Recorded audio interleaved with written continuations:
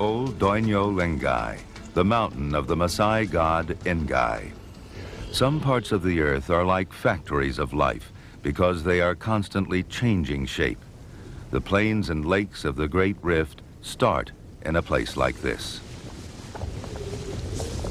Most cultures explain the beginning of life with a god feeling lonely and deciding to do something about it.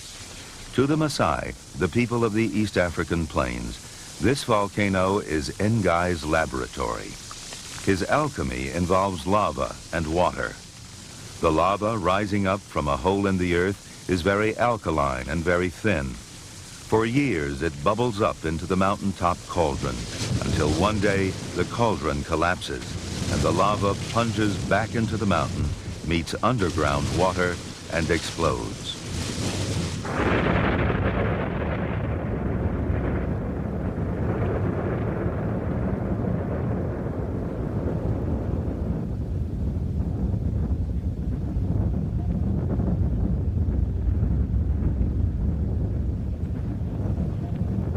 The clash of temperatures instantly transforms the lava into a fountain of ash, rising a mile over the Eastern Rift Valley, where the winds from the Indian Ocean push it to the west. The heaviest ash falls back on the mountain in caustic snowdrifts of pure sodium carbonate.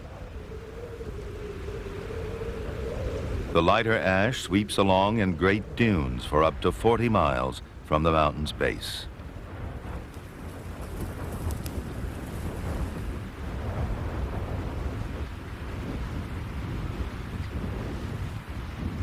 Then, where the dunes end and the ash from former dunes has mixed with water and settled into a soil, life can begin.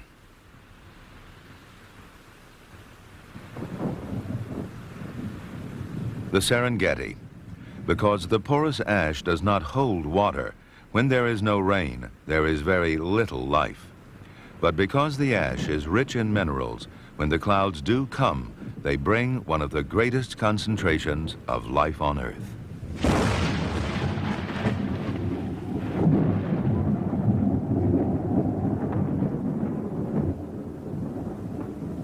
Almost instantly, a desert becomes a luxuriant meadow.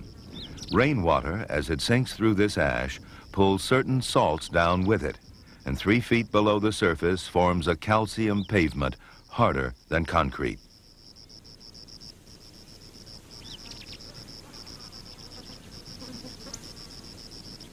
Because deep roots cannot penetrate this barrier, there are no trees, only grasses, and the creatures that live on grasses, and the creatures that eat the creatures that live on grasses. There are woodlands on the edges of the Serengeti, and these are the permanent homes of the predators and the browsers. But the plain itself is the temporary home of the greatest herds of grazers on the planet.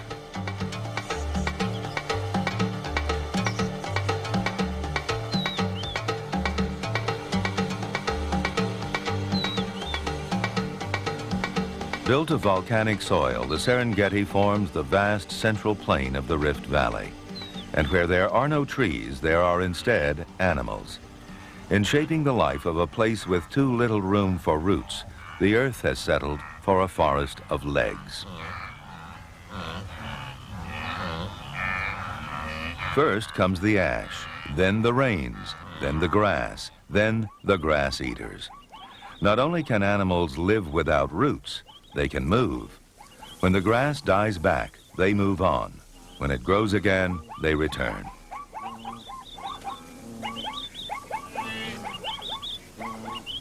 First, the zebras. Then, the wildebeests.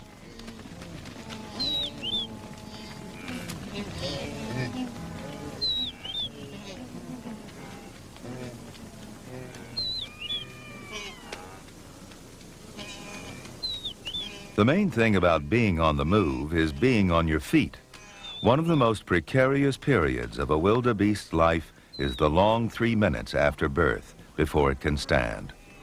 Almost all wildebeest are born at about the same time, a survival strategy based on the principle of offering predators more than they can possibly take. Once it is on its feet, a calf can run as fast as an adult. And yet, 1 out of 6 are still killed by lions, hyenas, wild dogs, or jackals.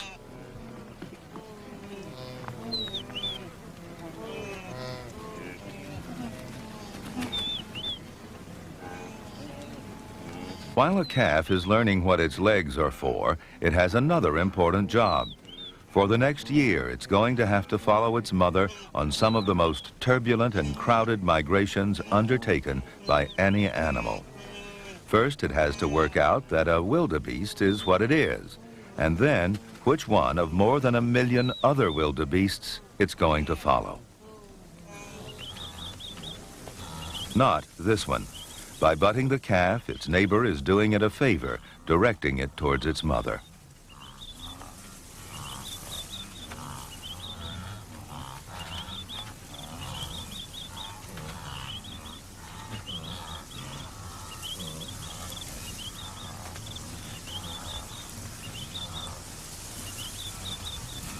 A wealth of minerals explodes out of a mountain, becomes grass, becomes milk, becomes sturdy wildebeest leg bone.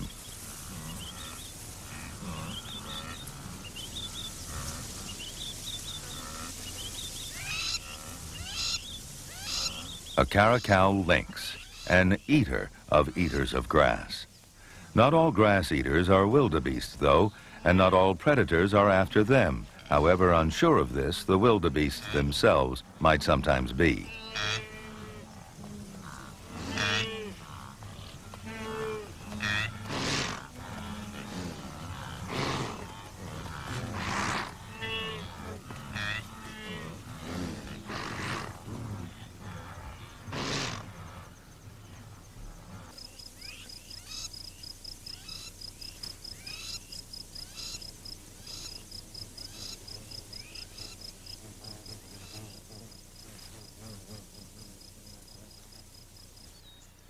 After the zebras and wildebeest come the Thompson's gazelles.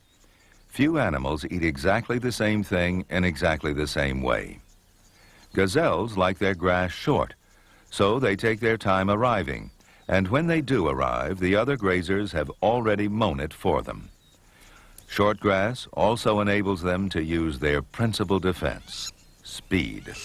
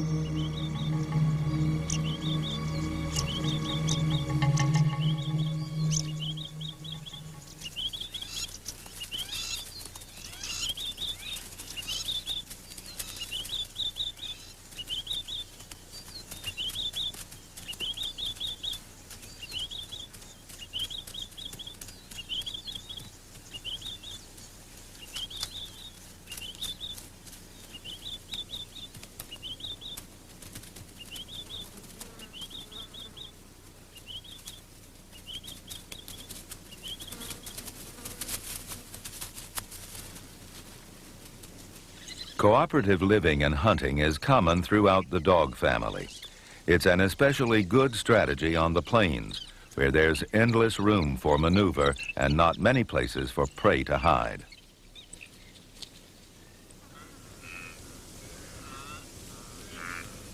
In times of plenty, a predator's job is to get as much meat as possible for itself and its cubs, whose births have been timed to coincide with the births of the grazing animals. There is only one reason why more calves aren't killed. The predators have had their fill. There would be more predators if it weren't for one problem. More could not survive the dry season.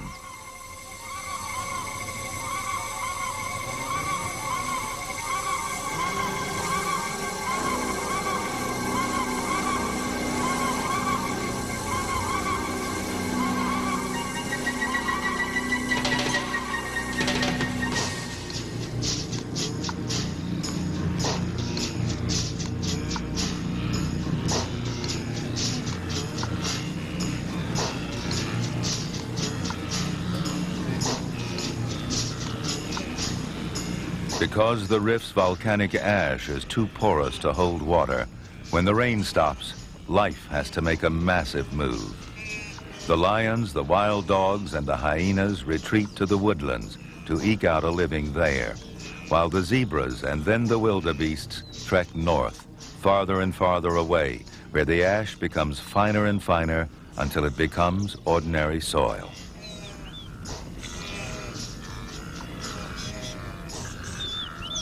When it is rich, the Serengeti is very rich. And when the animals it has nurtured depart, it's the greatest annual shift of life on dry land.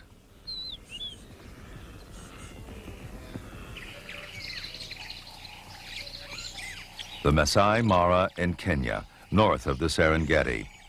It is surrounded by rift, but is relatively far from its direct influence. It's less seasonal than the Serengeti, but like the Serengeti, it has its resident predators waiting for their time of plenty.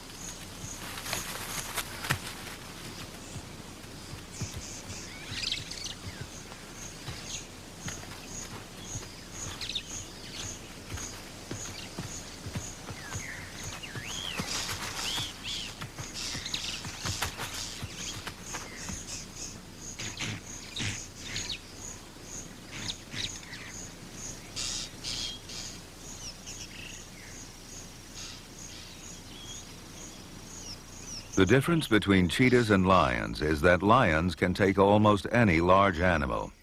But evolution has taken the cheetah down another path, specialization. Cheetahs can catch gazelles and not much else.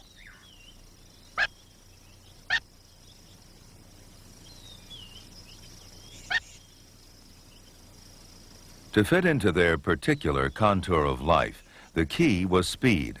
But in developing it, they lost the strength to defend their kill from other predators. It takes a lot of energy to catch a gazelle, and so a cheetah can't afford to lose its prey too often, especially if there are cubs to feed. Like all specialists, the fast cheetahs are fairly uncommon. The strong lions, the generalists, are plentiful.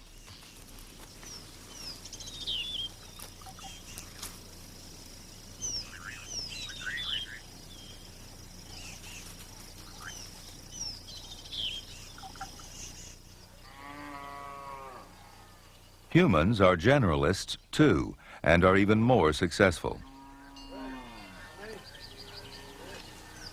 Especially these humans, the Maasai. In recent centuries, they have spread through many parts of the Rift Valley. They are supreme practitioners of pastoralism, which is predation on an entirely new level. Humans, with their large brains, evolved while adapting to many different aspects of nature, have discovered how to adapt nature to humans. Their prey animals live with them. The pastoralists take advantage of the animals' strong herd instincts. They go where people want them to go and are available at all times to be milked or killed.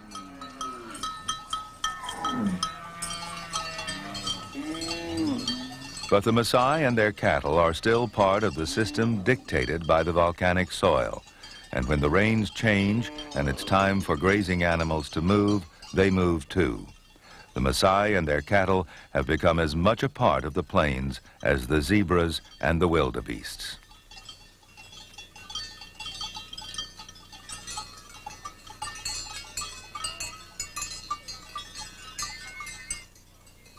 Now the predators of the Mara have to sit out their lean season.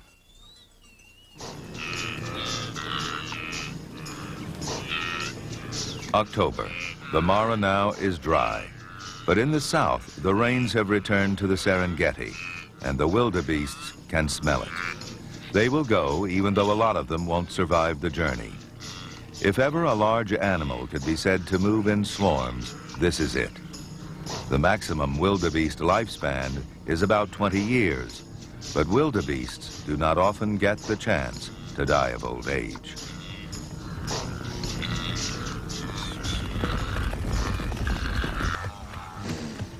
And possibly the greatest danger of all, the Mara River.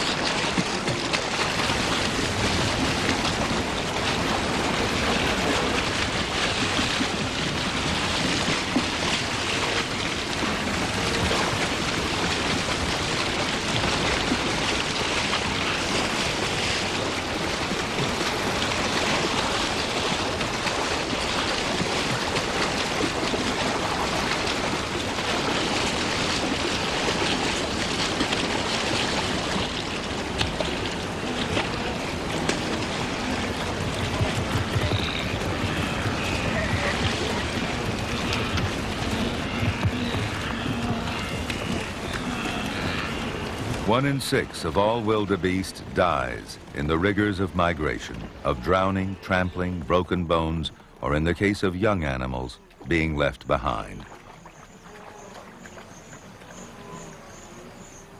This river is more than just an obstacle to wildebeests. It is one of the main sources of Lake Victoria. 25 million years ago, there were no lakes in Africa.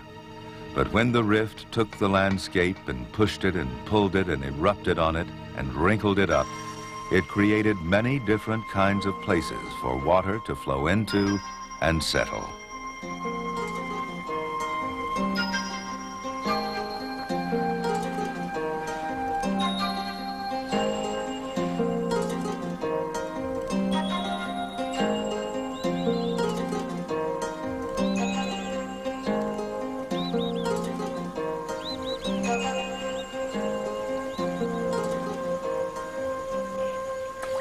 Lake Baringo, one of the fresh, shallow, reedy lakes of the Eastern Rift. It's at the extremely fertile end of a range of lakes that covers nearly every degree of depth, salinity, and hospitality to life. Baringo is an easy lake to live on.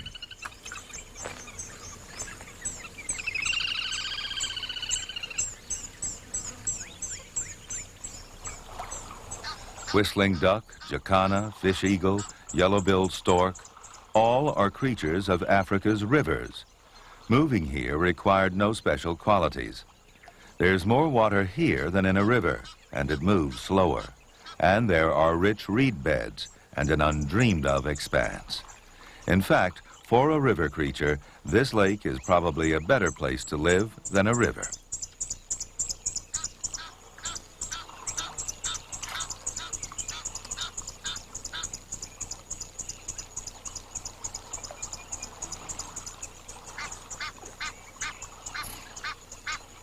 A malachite kingfisher preens in the morning sun.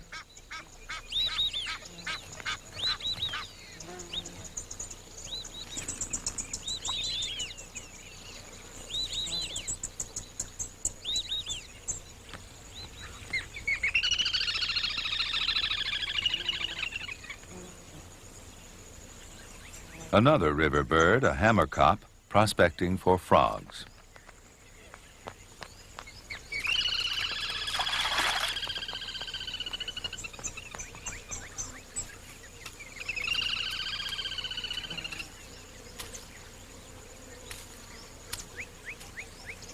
A reed bed is essentially a grassland, but with a difference.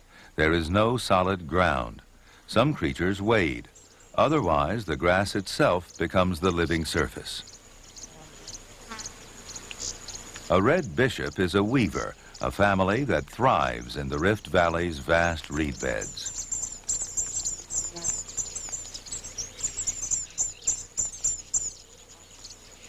Where there's no ground, wings become more important than legs.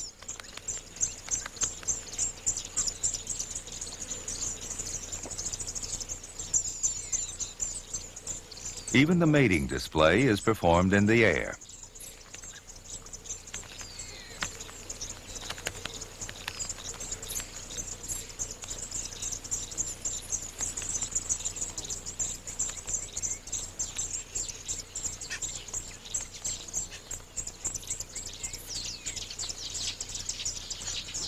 A northern masked weaver weaving. The nest is even lighter than the bird and hardly bends the long reed that it's attached to.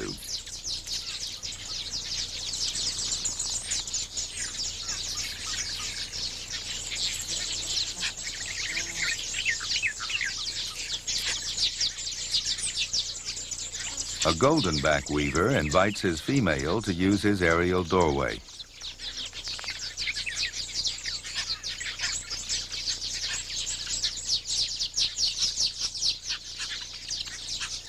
This is the Western Rift's Akagera Swamp, a vast region of lakes and floodplains where beds of papyrus have taken over the landscape.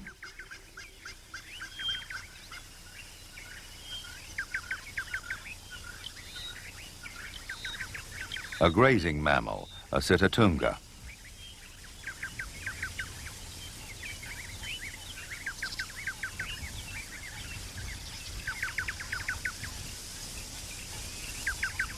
It's a long-legged, semi-aquatic bushbuck wading through unanchored islands of vegetation on a spongy mattress of roots.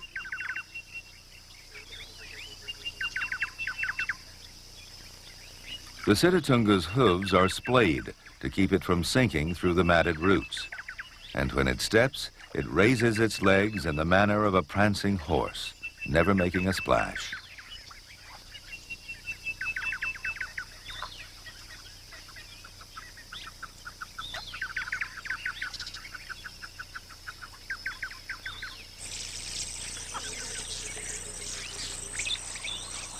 And there are other water mammals, ones that have become such an integral part of their lake that they're practically islands in it.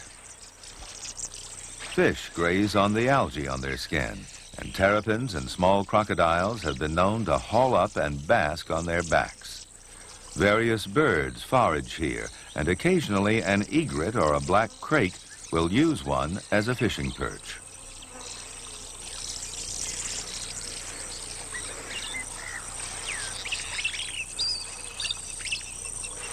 But even so, the hippopotamus is not entirely aquatic. It still depends upon the rift's rich grasslands on shore for grazing at night. Before the rift had created the grasslands by pulling the forests apart from each other, there were several species of hippo, but this is the only form that survived in the new world of lakes and savannas.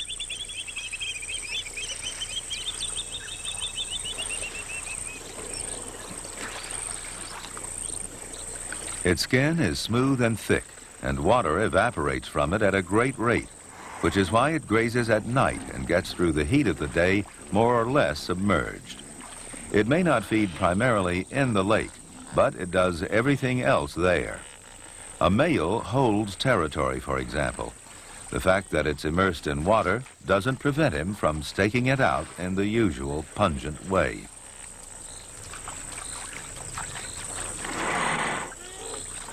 The famous yawn, too, is territorial display.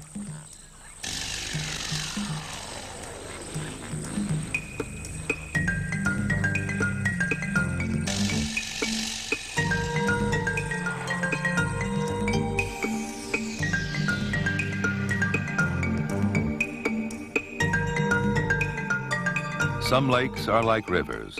Others, such as Lake Tanganyika in the southern part of the Western Rift, are like seas.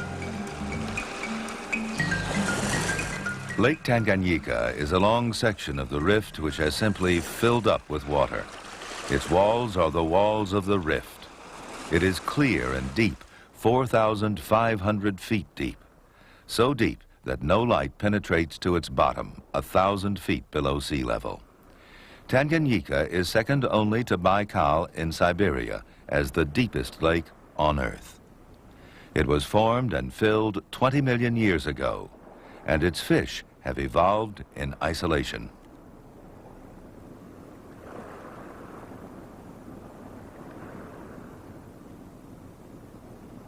The very sides of the rift itself shape the lake and its life. The rocks form the foundation for a rich growth of algae.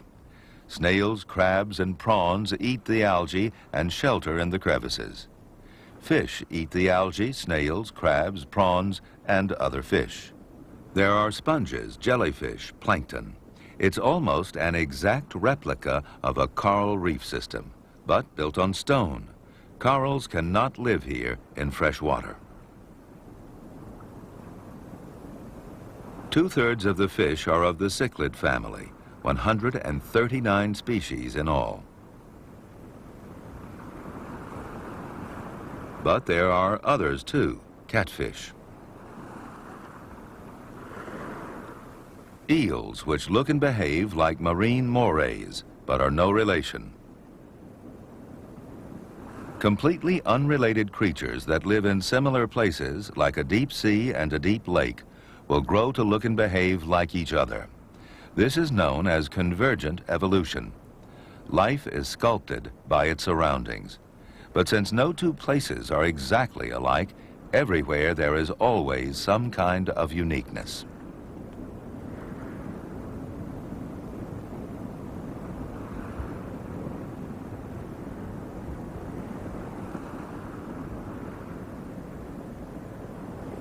This cichlid is not rooting in the sand for food. It's picking up the sand itself in order to do something that has never been observed in any ocean fish. It's building a sand castle, a bowl of sand on a flat rock. The structure looks as though it might be a nest, but it's not. Somewhere in the fish's distant past, the bowl probably was a nest, one that became increasingly useless as it became increasingly precarious. Now it serves only as a mating couch, where the male entices a female down to mate.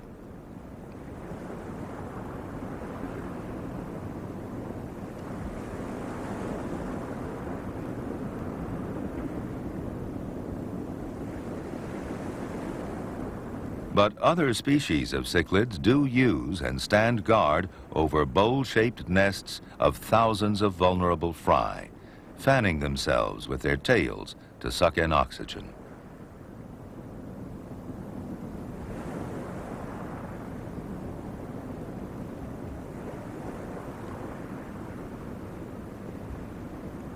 Yet another protects her fry by keeping them in her mouth. The babies are allowed out as if to play, but at the first whiff of danger, they all streak home.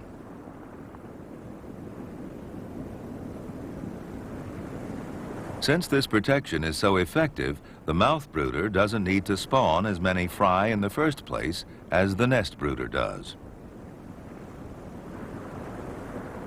When these fry are a few days old, even though they're still vulnerable, still bite-sized to almost any fish around, they start to rise out of the nest. At first, the parents corral them into a floating nest ball, but finally, they let them join the rest of the potential food in the lake and put their trust in luck.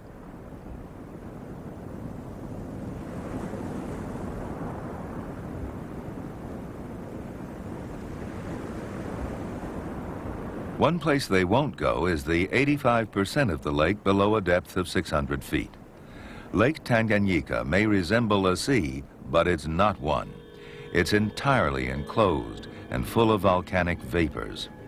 And the deep water does not circulate. Here, there's no dissolved oxygen. Nothing lives here. And when something dies in the upper layers and drifts down, its nutrients are lost forever.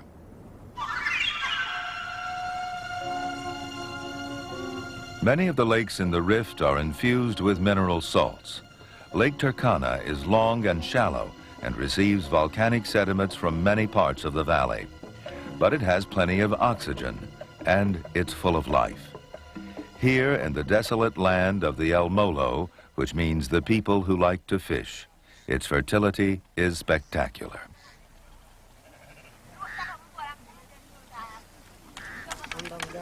Fossils found around Lake Turkana suggest that it has been supporting Homo sapiens since the species first appeared on Earth.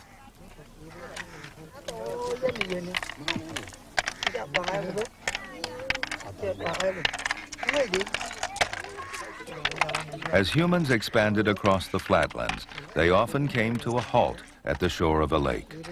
Lakes have water and food, and humans are so adaptable that those things are really all they need.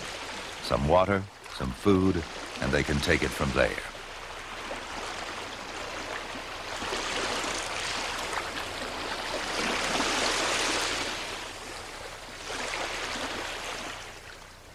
The distant lineage of the El Molo is unknown, but historical records and a look at their way of living and fishing suggest that they have been here a long time. Before recent technology, the way humans responded to difficult problems was by developing great individual skills and then preserving them in their culture. It would take intensive teaching, patience, and practice to learn to fish this way.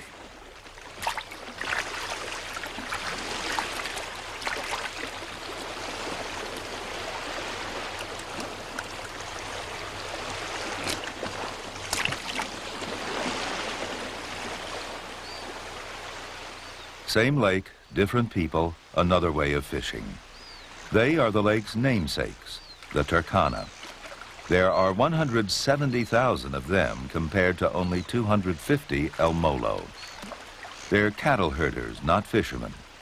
But modern innovations such as life-saving medicine, restrictive tribal boundaries, and good veterinary care for their livestock has led to their land being overpopulated and overgrazed. And so some have taken up fishing.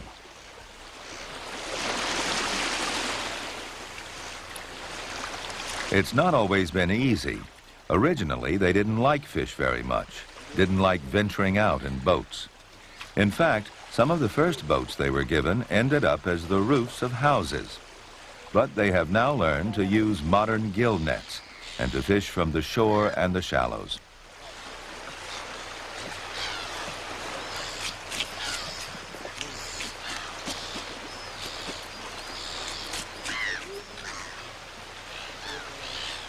They're developing a taste for fish, but they're also selling fish and buying meat.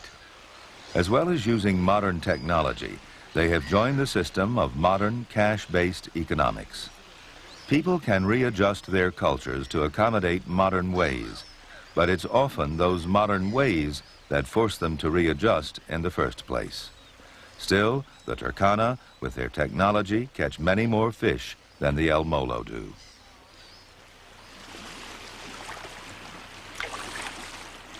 The change is difficult, disorienting, perhaps even sad. But if any species can do it, humans can. With its wealth of landscapes, the rift created a species whose outstanding talent is its adaptability.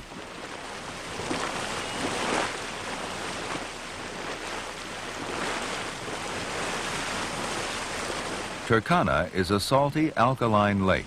But other lakes in the Eastern Rift are so alkaline that they're caustic.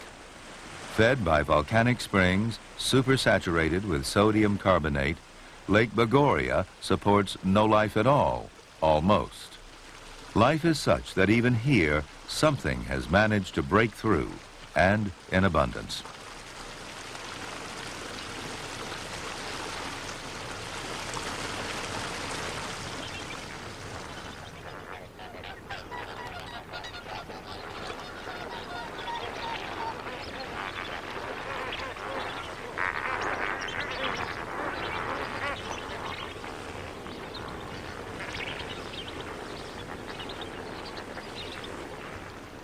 Another caustic lake, Magadi. The water comes from hot springs, but quickly cools as it flows in streams to the lake. There, it evaporates, leaving behind its sodium salts. It looks as though nothing could survive here. but in fact, something does: algae. The principle that where there's something to eat, there will always be something to eat it applies even here. It's tilapia, one of the cichlids, and it occupies a niche so narrow that you could actually point to its boundaries. The algae can be found throughout the lake and the stream that feeds it, but in the stream there is one short stretch where the fish can live without being burned by either the heat or caustic salts. And not only do they eat the algae in their patch, when it runs out, they play a game of chicken in the hot water, dashing in, snatching mouthfuls and darting back again before they cook.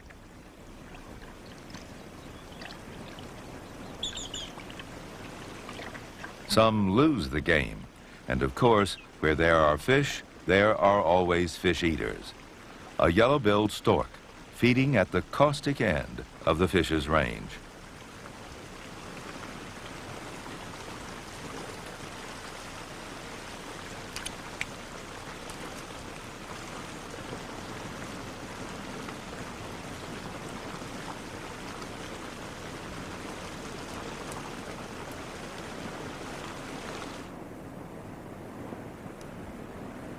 And even where the water is so caustic that it would burn a mammal's feet, there are those most ancient of birds, flamingos.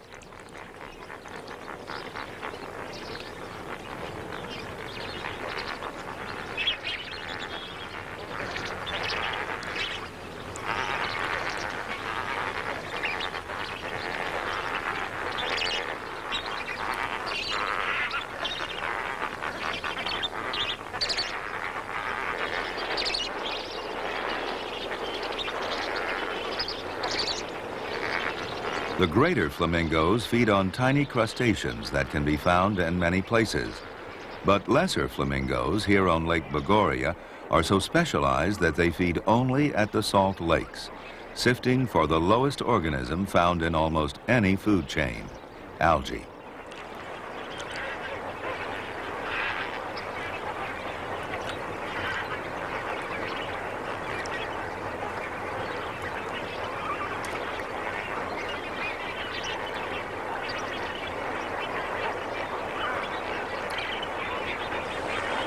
The flamingos are most at home in these steamy places.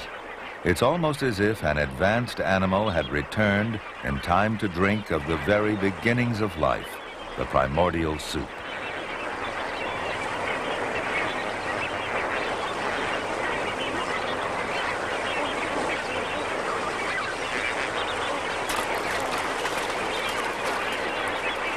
Lesser flamingos can eat the algae in the middle of the lakes, but they can't drink the water. To do that and to bathe, they have to find the same kind of not too hot, not too caustic places that the fish found.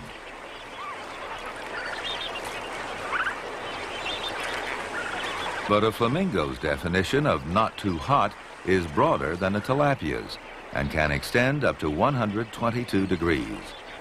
The birds can drink water that's even too hot for them to stand in.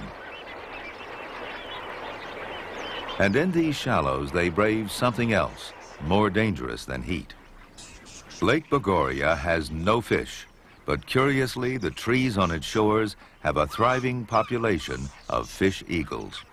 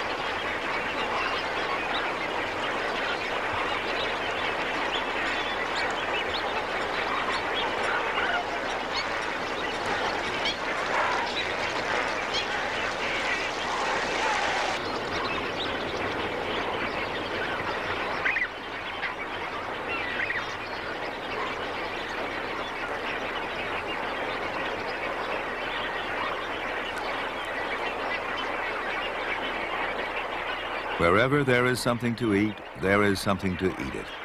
The fish eagles of Bogoria live almost entirely on flamingos.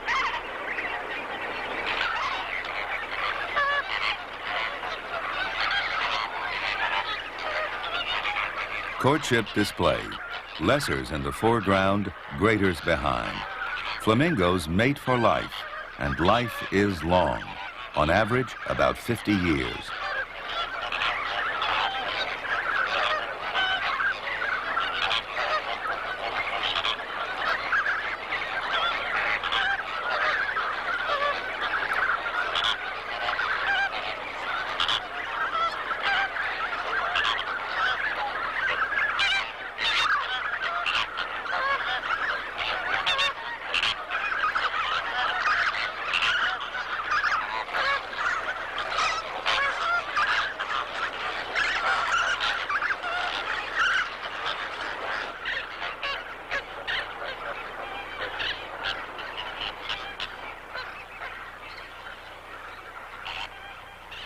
But to breed, flamingos fly down the Rift Valley 200 miles south, over the escarpments and volcanoes, all the great landscapes of the Rift.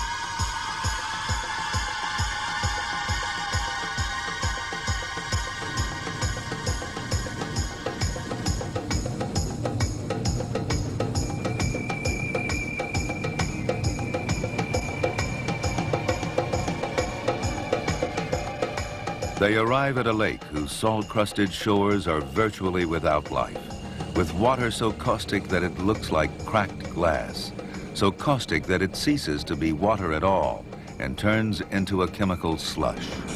Lake Natron. Except for flamingos, there's only algae. Here, the flamingos, both lesser and greater, raise their young.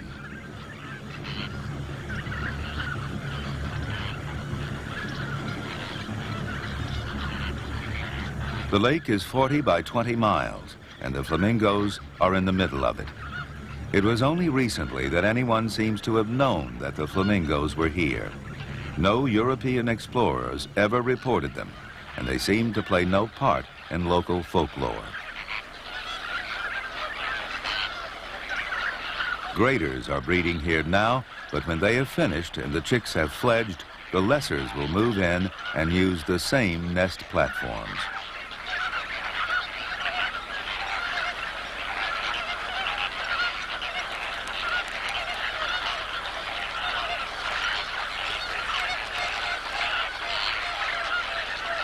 The lake's springs arise from the interior of the volcano that dominates it, Old Doño Lengay. The alkaline crust would burn the feet of any mammal or reptile that tried to reach the flamingo chicks.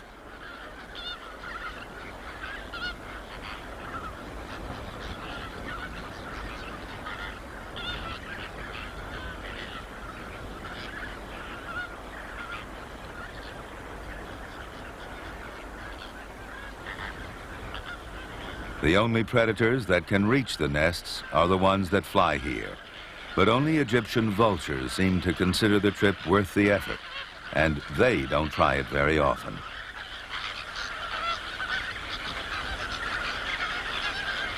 The nest platforms raise the eggs and very young chicks to a level several vital degrees cooler than the searing heat of the rock surface. They also keep them clear of natron's unpredictable floods. The chicks leave the platforms less than 3 days after they hatch, all sizes and ages massing together and seeking out their parents so that they can drink their crop milk, which the adults manufacture in the process of desalting their own food.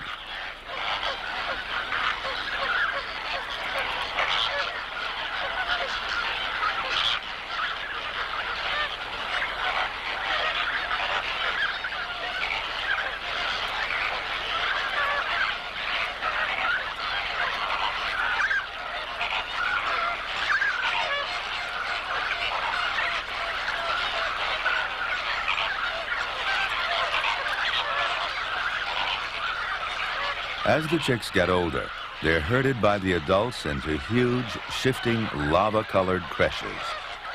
The throng poses the biggest danger of all to eggs still on the nest, as chicks of all ages recklessly mill back and forth.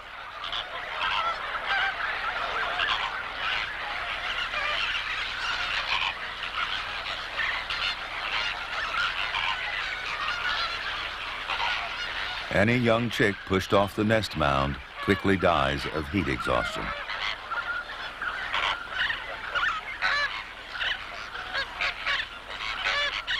Lake Natron's flamingos are strangely missing from local folklore, but they may have been included in the mythology of a distant culture.